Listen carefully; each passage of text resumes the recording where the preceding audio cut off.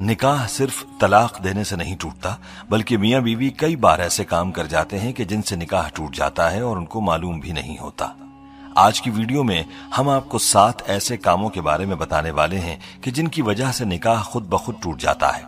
इन कामों के बारे में हर शादीशुदा मर्द और औरत को मालूम होना चाहिए ताकि वो इन कामों से दूर रहकर अपने निकाह को महफूज रख सकें।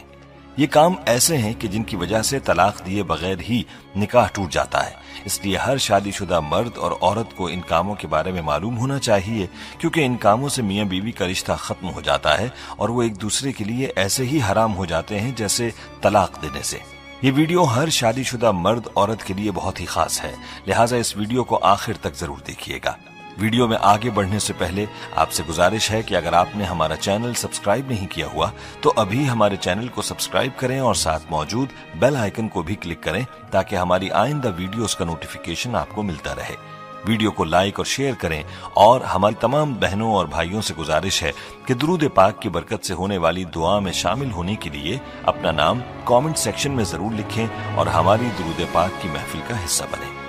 दोस्तों, मियां बीवी को चाहिए कि इन 7 कामों से हमेशा दूर रहें, कहीं ऐसा ना हो कि इनका निकाह टूट जाए और उनको पता ही न चले और वो एक दूसरे के लिए हराम हो जाए। याद रहे कि निकाह अल्लाह का हुक्म और नबी पाक सल्लल्लाहु अलैहि वसल्लम की अहम सुन्नत है। निकाह की अहमियत पर भी हम बात करेंगे, लेकिन पहले आपको उन 7 कामों के बारे में बताते हैं कि जिनसे निकाह बगैर तलाक ही के टूट जाता है।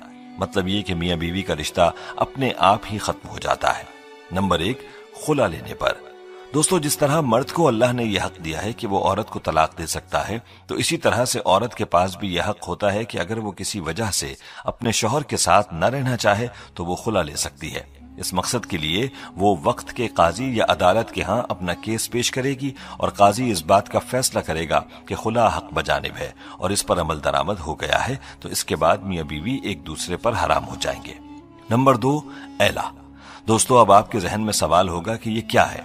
तो एला उसको कहते हैं कि शौहर अपनी बीवी के साथ हमबिस्तरी न करने की कसम खा ले, तो ऐसी सूरत में बीवी अपने शौहर से अलहदगी इख्तियार कर सकती है और वो तलाक के बगैर ही एला कर सकती है। नंबर 3, किसी एक की मौत हो जाने पर।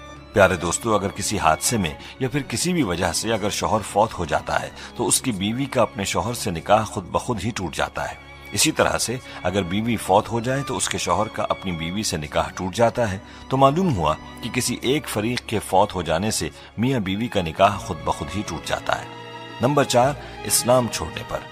दोस्तों, अगर मियां बीवी में से कोई एक भी इस्लाम को छोड़कर कोई दूसरा मजहब इख्तियार कर लेता है तो ऐसी सूरत में भी निकाह टूट जाता है। चाहे मियां इस्लाम को छोड़े या बीवी इस्लाम से खारिज हो जाए तो निकाह बाकी न रहेगा और बगैर तलाक ही मियां बीवी का निकाह खत्म हो जाएगा। अगर इस्लाम छोड़ देने के बाद भी मियां बीवी एक साथ रहते हैं तो इनका आपस का ये ताल्लुक जायज नहीं रहता, बल्कि ये ताल्लुक हराम हो जाता है। नंबर 5, किसी एक के लापता होने पर। दोस्तों, अगर मियां या बीवी में से कोई एक लापता हो जाता है या घर छोड़ चला जाता है और उसकी कोई खबर नहीं, तलाश करने के बाद भी उसका पता नहीं चलता और काफी अरसा गुजर जाता है, तो ऐसी सूरत में भी निकाह टूट जाता है।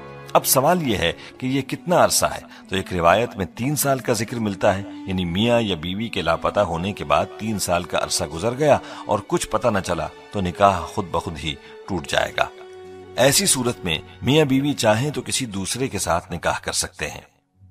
दोस्तों, नंबर 6, रिश्तों के हवाले से है। यानी अगर किसी मर्द का अपनी रजाई बहन से अनजाने में निकाह हो चुका था, यानी उनको मालूम न था कि वो रजाई बहन भाई हैं और निकाह हो गया, तो इस रिश्ते के मालूम हो जाने पर यह निकाह खत्म हो जाएगा। क्योंकि जिस तरह हकीकी बहन भाई का निकाह नहीं हो सकता, इसी तरह रजाई बहन भाई भी निकाह नहीं कर सकते और अनजाने में निकाह होने की सूरत में यह निकाह उसी वक्त टूट जाएगा जिस वक्त रिश्ते के बारे में इल्म हो जाएगा। दोस्तों, नंबर 7 भी रिश्तों के हवाले से है। ये बात इंतहाई गौर तलब है जो वालिदैन और औलाद के रिश्तों के हवाले से है।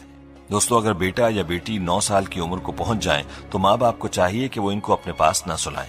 यानी बाप बेटी को अपने पास ना सुलाए जब वो 9 साल की हो जाए और माँ अपने बेटे को अपने पास ना सुलाए जब वो 9 साल का हो जाए, बल्कि उनके साथ प्यार करने में भी एहतियात करें और उनके जिस्म को अपने जिस्म से दूर रखें। क्योंकि अगर बाप और बेटी के करीब होने से बाप की शहवत या बेटी की शहवत जाग गई तो मियां बीवी का रिश्ता टूट जाएगा।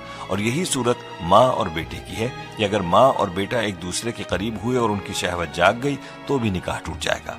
اس لیے چاہیے کہ اس حوالے سے بہت احتیاط کی جائے۔ باپ کو چاہیے کہ وہ بیٹی کو پیار کرنا چاہے تو اس کے سر پر ہاتھ پھیرے اور بوسہ بھی سر پر دے، جسم کو دور رکھے، اور اسی طرح ماں بیٹے کو پیار کرتے وقت بھی احتیاط کرے، اپنے بدن کو دور رکھ کر بیٹے کو پیار کرے۔ دوستو، یہ وہ 7 کام تھے کہ جن کی وجہ سے بغیر طلاق ہی نکاح ٹوٹ جاتا ہے۔ اس لیے میاں بیوی کو چاہیے کہ ان کاموں سے دور رہیں، ورنہ ان کا نکاح ٹوٹ جائے گا اور وہ ایک دوسرے کے لیے حرام ہو جائیں گے۔ پیارے دوستو، یہاں ہمیں اپنے بارے میں خود ہی سوچ لینا چاہیے کہ کیا ہم ان کاموں میں سے کسی کے مرتکب تو نہیں ہوئے، اور اس حوالے سے مزید تفصیلات کے لیے ہمیں چاہیے کہ مفتی حضرات سے پوچھ لیں۔ دوستو، نکاح کی اسلام میں بڑی اہمیت ہے۔ یاد رہے کہ ہمارے پیارے آقا حضور اقدس صلی اللہ علیہ وآلہ وسلم نے نکاح کو اپنی سنت قرار دیا ہے۔ ارشاد نبوی ہے، النکاح من سنتی، نکاح کرنا میری سنت ہے۔ حضور اقدس صلی اللہ علیہ وآلہ وسلم نے نکاح کو آدھا ایمان بھی قرار دیا ہے۔ جو کوئی نکاح کرتا ہے تو وہ آدھا ایمان مکمل کر لیتا ہے اور باقی آدھے دین میں اللہ سے ڈرتا رہے۔ مذکورہ احادیث سے نکاح کی اہمیت کے بارے میں واضح ہوتا ہے کہ نکاح انسانی فطرت کا تقاضا بھی ہے، اور ساتھ میں ہمارے آقا صلی اللہ علیہ وآلہ وسلم کی مبارک سنت بھی ہے۔ نکاح کے لیے 2 فریقین یعنی لڑکا اور لڑکی کا ہونا لازم ہے۔